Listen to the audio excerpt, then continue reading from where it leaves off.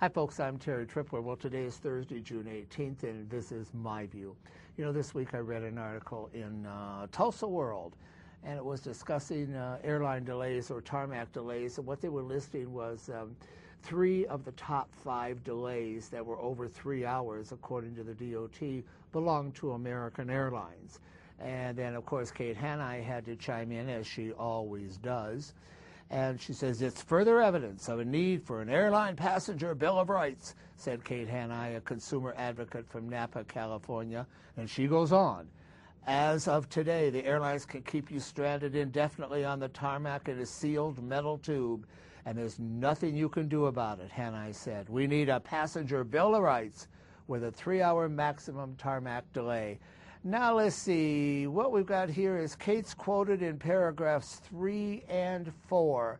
And then the reporter, reporter of course is not in Kate's corner, no, not at all, because the reporter decides to quote American in the 15th paragraph.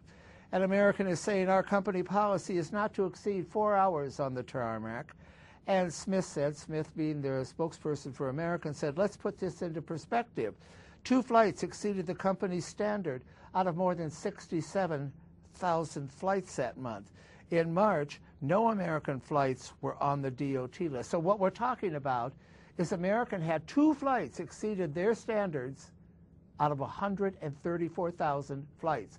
Was this even anything to write an article about? Was this even anything to get Kate all fired up about? I really don't think so. As American said, I would say that 2 flights out of 67,000 is an anomaly. If it happens to you, it's not fun. But the odds of this happening to you are statistically nil. And Americans got it right.